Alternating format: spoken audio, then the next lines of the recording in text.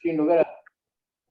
Y de negativo, hay gente que habla de crisis de desarrollo. Cuando él le ganó a Sarmiento la discusión, ¿no es cierto? O sea, la discusión entre Sarmiento hablaba de los granjeros y Mitre hablaba de la vaca. El sistema de estancias que en definitiva pusimos era un sistema que es el que había propugnado Mitre, de Sarmiento, que lo probó ahí en, ¿cómo se llama?, en una población cerca de Buenos Aires. Eso no funcionó, aparentemente no era para nosotros. Pero ahora, Roca es, para la época, era un modelo de soldado.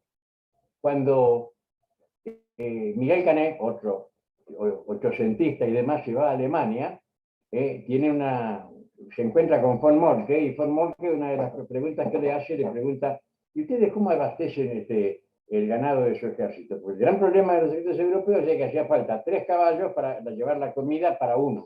Entonces le dicen, no llevamos nada, como que no, y los caballos, ¿cómo lo encuentro? ¿Y cuánto aguantan? 3 meses, una cosa así. Entonces Moltke a tener que pelear contra él. O sea, incorporaron al ejército un montón de gente que vinieron acá a Jersey, extranjeros que no tenían dónde. O sea, hablaron de la concordancia. ¿Quién es el gran cerebro de la concordancia? Juan Ramón Vidal, el correntino, que va a ser después el principal adversario teórico, ¿no es cierto?, de Irigoyen.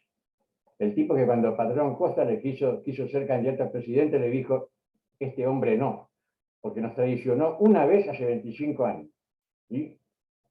Creo que fue, no sé cuántos, murió siendo senador. Lo que pasa es que, claro, el problema es que más allá de la General Paz, lo que sucede es tierra de indios y es tierra de nadie. O sea, no queda, ¿no? Son historias desconocidas. Los positivistas argentinos, la figura más importante que tienen es Ferreira, que es un correntino, de cerca de esquina del campo. Nadie lo conoce, ¿no? Y dejó un montón de cosas escritas, dejó una revista, La Escuela Positiva, lo cual no quiere decir que los positivistas fueran buenos, ¿no es cierto? Lo que estoy planteando es cómo se da la cuestión, esa relación entre el interior y Buenos Aires, que sigue existiendo. Me acuerdo de una española que en un congreso dijo, pues, ¿qué tanto interior? ¿Cómo es eso? ¿No hay también mujeres del litoral? Y parece que el interior es todo lo que no es Buenos Aires. Y ojo, yo no digo yo alguna vez fui porteño, así que creo que me siento comprometido con la cuestión. Pero la realidad es que, inclusive verlo a Roca desde Corrientes, no es como verlo desde Buenos Aires, desde La Pampa. Y menos de Trenquelauquen. Yo tengo algunas personas en el Facebook que son de Trenquelauquen y hablan maravillas de Roca, de Villegas. Todos los grandes soldados del siglo XIX que tenía la Argentina eran uruguayos, que los trajo Mitre. Hay un libro que se llama Los coroneles de Mitre, que, mamma mía, qué personaje, ¿no es cierto? Qué persecuta de los federales y de todo lo que quedó después de la traición de Urquiza. Porque yo creo que lo de Caseros es una traición por la plata, por lo que sea. Bueno, seguramente estoy equivocado, hay otros que piensan diferente. A los entrerrianos no les gusta eso. Pero, Acá nos gusta eso, Jorge. Gracias. Era un carnicero que le gustaba hacer ejecutar a lanza, ejecutar por la espalda y degollar por la nuca. Sí, sí. O sea que la cantidad de gente y después, todas las grandes derrotas de los correntinos no son a manos de los ejércitos federales, son a manos de los entrerrianos y especialmente a manos de Urquiza. Palo Largo, Arroyo Grande y Vencio Rincón. Así que y otra cosa que me gustaría señalar, ¿de dónde salió Roca? Roca era un oficial que había egresado del colegio militar que creó Urquiza, ¿no es cierto?, en Entre Ríos. Estaba ahí en San José de Feliciano. Y egresó como oficial de artillería. Y era un buen oficial. Nadie lo dice, porque teóricamente el colegio militar lo creó Sarmiento. Hay uno que funcionó y muy bien lo creó Urquiza. Y bueno, no sé, entre Guatemala y Guatepeor, pero la cuestión es que cuando se produce la derrota de Cepeda, que de ahí, en la primera Cepeda, de ahí viene la marcha esa Mi Bandera, y eso lo cuenta Rafael Obligado, que era el que la hizo, que iban disparando porque habían sido derrotados por los federales y adelante de él iba viendo la bandera que iban agitándola allí y ahí le salió eso de aquí está la bandera idolatrada y todo eso. En la segunda Cepeda, Roca, dentro de lo que es esa derrota, que aparentemente es una temida masónica que se firma en el río en un barco extranjero y todo lo demás que le dice a Mitre Metelle, pero Roca no perdió una de sus piezas y se retiró con todo su material. O sea, y después, otra cuestión que para los argentinos en esa época el valor personal era algo muy importante. O sea, y eran todos valientes. No sé Sarmiento, porque cuando se produjo la epidemia, Mitre se quedó y se enfermó él y la hija y demás, y Sarmiento rajó, había que preservar el gobierno y se fue a Flores, no sé a dónde. Pero en la guerra del Paraguay, Roca, en Curupaytí, el tipo va a retirar un herido, y a caballo, y va al paso. Cuando llega, lo sube al herido al caballo, da la vuelta y ahí toma el trote porque lleva el herido. O sea, ese era el tipo de hombre que producía, con todos sus más y sus menos, con sus defectos y demás, nadie les podía achacar una falta de valor personal. Y la parte económica, no sé, yo no voy a hablar de lo que no conozco bien o de lo que no tengo elemento de juicio suficiente. Para mí como soldado es rescatable. Y como argentino, creo que le debemos el tamaño del país que tenemos. Es increíble la capacidad que tenemos los argentinos como odiadores. Un tipo que hoy es San Martín, mañana lo convertimos en... Menos mal que San Martín se salva por ahora, igual que Belgrano. Pero después, la capacidad para, sin pruebas, sin elementos de juicio, sin haberlo estudiado a fondo de nada, para denostarlo, para destruirlo. Y eso lo hacemos con todo. Termino con esto, creo que lo heredamos a los españoles. ¿Cómo fue que dijo Machado? Españolito que vienes al mundo te guarde Dios, una de las dos Españas a darte el corazón. Acá pasa lo mismo. El que no está de un lado está del otro. Y no hay arreglo, no hay diálogo posible sin descuidar. Disculpen, gracias. Excelente, Jorge. Vamos a escuchar a Pablo Vázquez y después a Osvaldo Nitti. Primero Pablo Vázquez. Pablo. Hola. ¿Qué tal, Pablito? ¿Cómo andás? ¿Me escuchan? Te escuchamos, dale. Bueno. Perfecto, se escucha bien. Muy bien, felicitaciones. No sé cómo poner el video. Ahí estoy. Así que bueno, muchas gracias.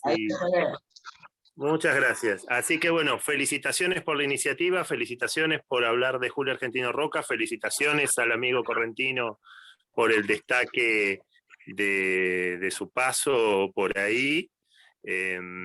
Simplemente hablar que, bueno, a diferencia yo recién estaba leyendo a Jorge Belardo Ramos, y él y muchos de la izquierda nacional rescatan a Julio Argentino Roca, quizás por otras razones que se lo rescató acá recientemente, más bien por la 1420 y por otras medidas de unidad con la Liga de los Gobernadores, así que me parece más que rescatable que se pueda hablar y debatir sobre Roca en estos tiempos, ¿no? Que siempre se los estigmatizó. Perfecto, Pablo. Julio Argentino, así que ese es mi aporte, así pueden hablar más.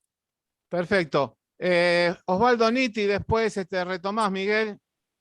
Bueno. Osvaldo Nitti. Sí, bueno, excelente la charla, excelente la explicación. Yo quería marcar sobre todo algunas cosas que se dijeron al principio, que siempre nos quedamos, parte lo dijo también don Jorge, en cuanto que sería mucho más productivo estar permanentemente resaltando lo bueno de cada prócer, a ver si podemos por carambola copiar algo. O sea, en vez de gastar tanto tiempo viendo qué macanas hicieron, podríamos tratar de copiar, aunque sea un 10% de lo que hicieron estos valientes, con sus errores. El mismo Sarmiento algo hizo, todos algo hicieron. Y siempre nos quedamos con lo que dijo, pero hay que quedarse con lo que hizo, no con lo que dijo. Él con lo que dijo hizo saltar a los militares de la época, y él desde Chile les estaba diciendo indirectamente a los militares argentinos: pedazo de estúpido, tómenlo, porque si no lo van a tomar los chilenos. Y los militares argentinos saltan y lo toman. Y Roca tiene ese mérito de haber tomado toda esa tierra. El Balón Grande fue en 1875. Llegó hasta Azul. ¿Qué distancia hay a la capital? 285 kilómetros. Llegaron hasta Azul los artesanos que venden chucherías, como quieren ponerlos ahora. Entonces, el peligro del indio no era una cosa que, como dicen, lo fueron a buscar, lo fueron a perseguir. No, los indios estaban acá, a 285 kilómetros. Hicieron pelota Azul, Olavarría, Bahía Blanca, Tres Arroyos. Entonces, en la campaña del desierto fue necesaria y se hizo 4 años después del Balón Grande. En la campaña, como dice bien don Jorge, no hubo grandes batallas, pero hubo encuentros con tropas chilenas unidas a bandos mapuches, pero tropa uniformada.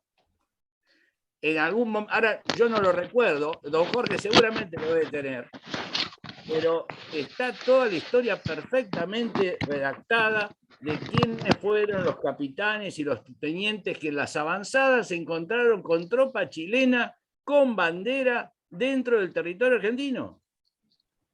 Entonces, Roca evidentemente fue un tipo grande. Y Sarmiento, a su manera, también. Ahora, si rescatamos ese diario de 1879 diciendo que el pobre indio venía con las cadenas, bueno, sí, macanudo. En la época, todo en la época, siempre dice el profesor Julio, ¿no? Siempre cada cosa en su época. Traer un indio encadenado hoy es una cosa y en 1879 es otra. Y después también se dijo que Sarmiento fue el tipo que más endeudó. La deuda no es un pecado. El pecado es para qué se usa la deuda. Entonces, si yo me endeudo para hacer una represa o me endeudo para hacer colegios, no tengo problema. Si me endeudo para pagar sueldos o me endeudo para pagar subsidios, ahí tengo un problema. Nada más. Gracias. Gracias, Osvaldo. Bueno, Miguel Ángel Encino, te escuchamos. Bueno, o no me supe expresar o no me entendieron. Yo no hablé prácticamente para nada de la campaña de desierto militarmente hablando, sino que arranqué diciendo que Roca hizo fundamentalmente la campaña del desierto por el problema con Chile, no con los indios, sino con Chile. Y que, bueno, eso lógicamente hizo al hecho histórico que la Patagonia hoy en día sea Argentina. Ya había antecedentes y yo no dije que Rosas había sido exclusivamente pacífico con los indígenas, sino que había actuado con fuerza cuando tuvo que hacerlo, con los que venían a robar el ganado o que venían a complicarle la vida a los colonos, a la provincia de Buenos Aires. Yo hablé precisamente de geopolítica y me referí, no sé si se interpretó, que el problema tampoco es Chile. El problema son los intereses internacionales, poderosos, económicos que están detrás de los avances chilenos. Es decir, no me preocupa, porque en todo caso será cuestión de arreglarlo entre argentinos y chilenos, de buena o mala manera, y no sé cuál será el resultado. El problema es los que se están adueñando de la Patagonia Argentina, que no son precisamente ni los chilenos, ni los indígenas, ni los argentinos. Hay cantidad de empresas, hablé de los nombres de algunas de ellas, que históricamente se están adueñando y se siguen adueñando del territorio nacional. Porque el hecho de tener la bandera y que tengamos gobernadores elegidos por los pueblos en todas las provincias, no quiere decir que la riqueza de esas provincias sea para beneficio o por lo menos manejada y explotada por argentinos. Son multinacionales que no son ni chilenas, ni argentinas, ni uruguayas, ni bolivianas, ni paraguayas. Son multinacionales que están mucho más allá del continente americano ya también. Es decir, y ahora tenemos la competencia de China, que es más peligrosa que la de todas las demás potencias del mundo, porque China va a ser la potencia del futuro, si no lo es ya. Es decir, estaba hablando de otro tema. Y aprovechando, porque yo mismo lo dije, hay que ubicarse en tiempo y espacio y las situaciones. Y lógicamente hay personajes que fueron nefastos para la República Argentina. E insisto, Sarmiento tal vez fue de los más nefastos. Léanlo a Sarmiento, no lean a Lentino, no escuchen a Lentino. Léanse los 52 tomos, pero con ojos críticos, no con ojos babosos diciendo, ay, qué lindo que era Sarmiento. ¿Cuántas escuelas fundó Sarmiento, según Sarmiento? 2. 2 nada más. Las 1500 y pico de escuelas ya existían en el país. A ver, léanlo a Sarmiento. Hablan y no lo leyeron. Entonces, la realidad es que nos cuentan una historia edulcorada de Sarmiento, o nos habla del sable sin cabeza, del pobre Lavalle, cuando es otro de los culpables de la problemática argentina. La realidad no es criticar por criticar, y hay que aprender de los errores, actuar bien, actuar correctamente, hacer lo que se debe hacer, es lo que deben hacer los políticos argentinos. O es un sagrado, o hay que levantarle un monumento porque lleva para adelante al país como debe ser, por cumplir con su deber. Es obligación cumplir con su deber el presidente de la República, los ministros, los diputados, los senadores, los gobernadores, el pueblo, todos tienen obligación de hacer las cosas bien. Ahora, si le vamos a estar hablando nada más de las cosas bien que hicieron, hasta el petizo orejudo, Santos Godino, algún chico le regaló caramelo y a otro los asesinó. Ahora es un asesino, porque a un chico le regaló caramelo no podemos decir que Santos Godino era bueno. Ahora, que todo ser humano es bueno, pregúntele a la mamá de cada uno. Pero la realidad son los resultados que surgen a la vista. Debemos a Sarmiento el problema que tenemos con los chilenos. Él fue allá a empujarlos, a hablarle de que había que avanzar sobre la Patagonia, y no solo sobre la Patagonia, sino que decía también, y hay artículos escritos por el mismo Sarmiento, léanlo, donde dice que tal vez la región de Cuyo, es decir, estamos hablando de Mendoza, San Juan y San Luis, corresponde a Chile, porque en determinada época formaban parte de la capitanía. Entonces, cuando hablamos de los personajes, leámoslo a ellos mismos, escuchemos lo que decían ellos y lo que hicieron ellos. Porque cuando yo hablo de que Sarmiento endeudó por una guerra contra el Paraguay, una guerra absolutamente injusta, que él la continuó, la inició Mitre, pero la siguió Sarmiento y la profundizó. Entonces, si endeudó para llevarle la guerra al Paraguay, que era un ejemplo en ese momento en América del Sur, es un problema. O pregúntenle sobre los oficiales uruguayos los que trajeron de la banda oriental, que en realidad son uruguayos, no de la banda oriental, porque son cosas completamente distintas. Una cosa son los orientales y otra cosa son los uruguayos. La realidad, estoy hablando política políticamente hablando, la realidad es que esos oficiales, pregúntenle al Chacho quiénes eran los oficiales uruguayos, pregúntenle al mismo Sarmiento que hablaba que si matan déjenlo que maten. Pregúntenle, lean la realidad, lean a los mismos que están defendiendo a ver si son defendibles. La realidad es una, todos los seres humanos tenemos cosas buenas, cosas malas. Yo puedo ser muy buen amigo, muy buen vecino, muy buen esposo, muy buen padre, pero tengo un vicio, cada tanto violo una criatura. ¿Y? Qué bueno, qué lindo, hagámosle un monumento porque es buen amigo, buen hermano, buen esposo, buen padre. No, vaya preso por delincuente, por perverso, a ver, Maradona, nosotros tenemos a Maradona allá arriba, campeón del bárbaro, jugaba la pelota, qué lindo. Yo lo admiro a Maradona como jugador de fútbol, ahora como persona, la verdad verdadera, pobre madre tener un hijo como ese. La realidad es esta, la realidad que yo planteo es absolutamente distinta, por eso lo dije al principio. Los corruptos son la consecuencia de los corruptores. Mi enemigo es el corruptor. Y el corrupto por naturaleza, que fue corrompido por el corruptor. Pero el que le da de comer al chancho es el responsable, es el culpable. Y lógicamente la consecuencia es un delincuente.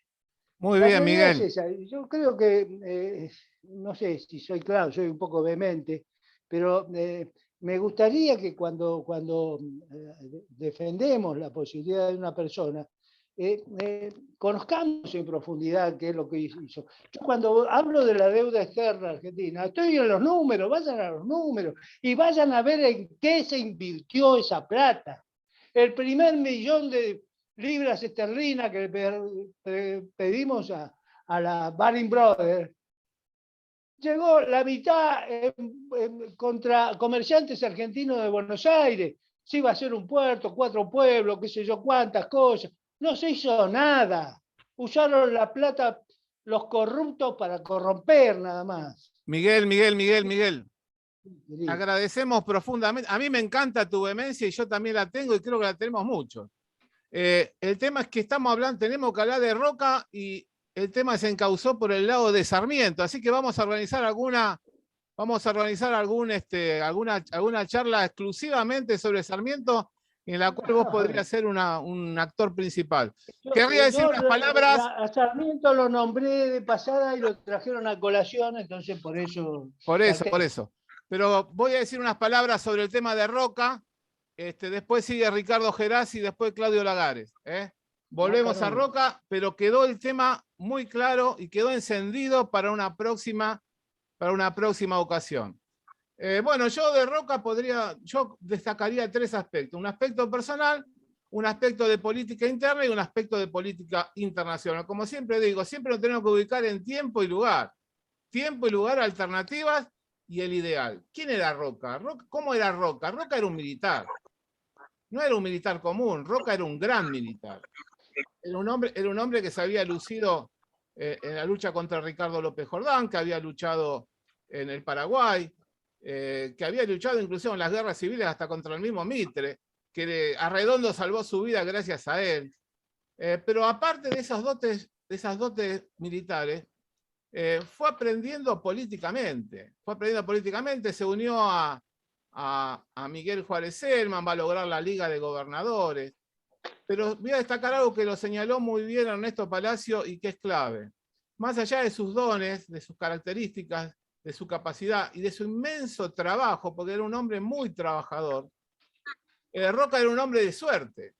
Y ustedes dirán, ¿existe la suerte? Claro que existe la suerte. Napoleón siempre decía que no había que dejar nada librado a la suerte, pero la suerte existía y la suerte existe. Por lo tanto, a la suerte hay que ayudarla, pero Roca, toda su capacidad, le agreguemos el factor suerte. Y un ejemplo de ello tranquilamente puede ser la muerte de Alsina. ¿Quién en 1877 podía decir que Adolfo Alsina no iba a ser presidente de la Argentina? ¿Quién lo iba a decir? Ese mismo año se produce un problema renal y Alsina directamente fue a la Recoleta, ¿no? Ese por un lado, no menospreciar a Roca, un hombre muy capaz. Por otro lado, en política interna, Roca se encuentra. ¿Cuál era la alternativa de Roca en 1980? Y acá voy a Jaureche por sobre todos, ¿no? Más allá de la posición de Abelardo Ramos, más allá de la posición de Pepe Rosa. Jaureche dice claramente que la alternativa de Roca es Mitre. Es decir, en 1880 teníamos dos alternativas. O el rivadaviano, centralista sin tener en cuenta nada, de Mitre, o el modelo roquista. Obviamente el modelo roquista se apoyaba en la Liga de Gobernadores y en lo que después va a ser el PAN, el Partido Autonomista Nacional. Entonces en el 80 no estamos hablando de el proyecto rivadaviano contra el proyecto de Rosas, del proyecto rivadaviano contra el proyecto de Ortiga. No, es Roca o Mitre. Y entre los dos, sin duda, el proyecto de Roca era el proyecto nacional. Y esto es lo que destaca Jaureche en su libro Ejército y Política, que recomiendo y que creo que tiene que ser de lectura obligatoria en el tema, ¿no? Y un tercer aspecto que es la política internacional. Miguel señaló muy bien el tema geopolítico, don Jorge de Niri también señaló muy bien el tema geopolítico, pero en 1870, 1880, el mundo ya era otro. Ya estaba la segunda revolución industrial, no nos olvidemos de eso. Y ya se había producido lo que David Ricardo, el economista británico, había señalado la División Internacional del Trabajo. Entonces había tres modelos de países. ¿Cuáles eran los tres modelos? El país industrial, evidentemente en 1870 ya estaba surgiendo el Imperio Alemán con el gran Bismarck. Rosas es nuestro Bismarck, a pesar de que muchos lo sigan desconociendo.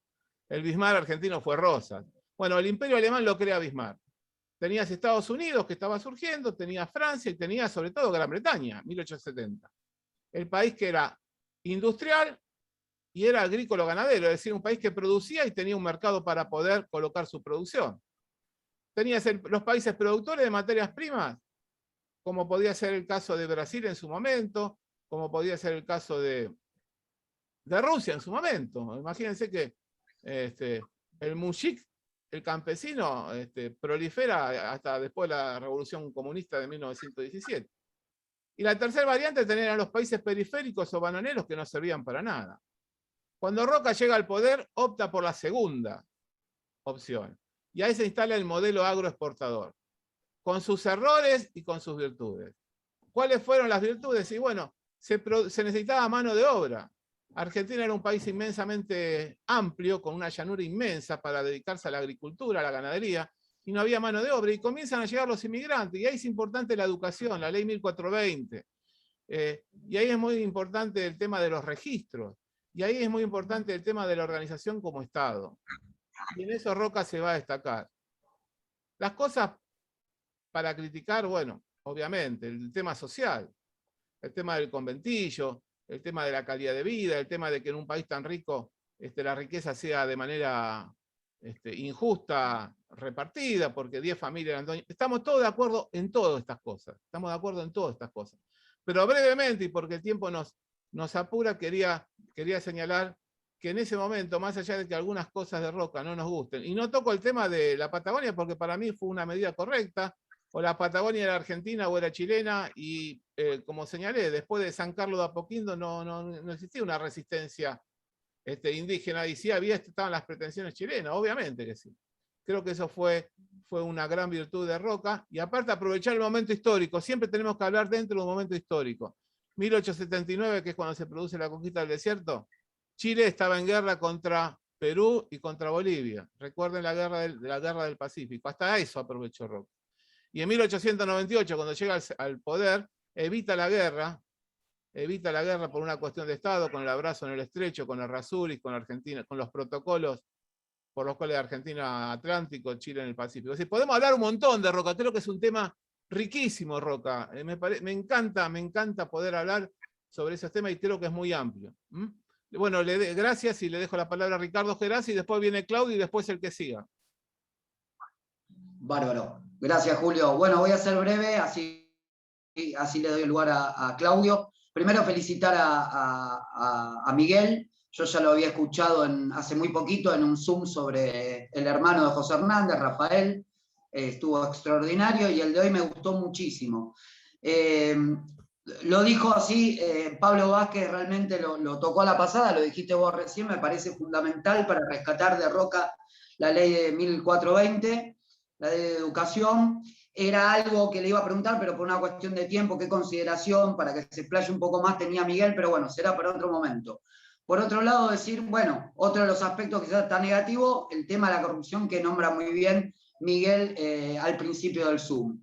Y por otro lado, estoy muy contento con estas reuniones porque aquel que se asuste por la vehemencia o por la diferencia de opiniones, como la que marcó en su momento Diego González en algún mensaje, de eso se trata. Primero, el apasionamiento que genera el hablar de la historia o de los personajes históricos es tremendo y se ve acá con personas que en definitiva pareciera que estamos todos de acuerdo, pero siempre hay alguna diferencia. Por otro lado, el respeto con el que nos tratamos es un ejemplo. Y por otro lado, y por último, siempre va a suceder, ¿no? Nunca vamos a estar de acuerdo en todo, y la manera de encarar y de aprender me parece que es de esta manera. Así que, Miguel, te felicito, te mando un abrazo y te agradezco mucho el haber disertado, y seguiremos, como dice Julio, en algún momento con Sarmiento, y tenemos para rato. Gracias. Muchas gracias. Claudio Lagares. Bueno, voy a ser breve por el tiempo que queda. Bueno, quería decir que nadie puede negar en cuanto al hecho de que Roca nos impulsó hacia un Estado moderno. Concuerdo en casi todo con Lentino en cuanto a las apreciaciones. Lo único que quería decir es que con respecto a la deuda que Sarmiento toma, en gran medida fue por la guerra del Paraguay, que se llegó a llevar hasta el 98% del presupuesto. Es decir, yo creo que toda la historia argentina gira en torno a una problemática económica. Es decir, es difícil entender muchos hechos si no se entiende de qué manera económica o de qué posición económica estaba la Argentina en ese momento para ver qué medidas se tomaban. La otra cosa que, bueno, un poco Julio adelantó, yo creo que la gran virtud de La Roca fue haberle ganado políticamente a Mitre, que siguió hasta el fin de sus días intentando volver a ser y tener el poder que tenía. Si bien la batalla cultural creo que la ganó Mitre, pero políticamente Roca lo contuvo. Bueno, era eso porque ya no tenemos más tiempo de explayarlo. Chali Taborda, gracias Claudio, gracias Ricardo. Chali Taborda, ¿querés agregar algo? Tenemos 2 minutos.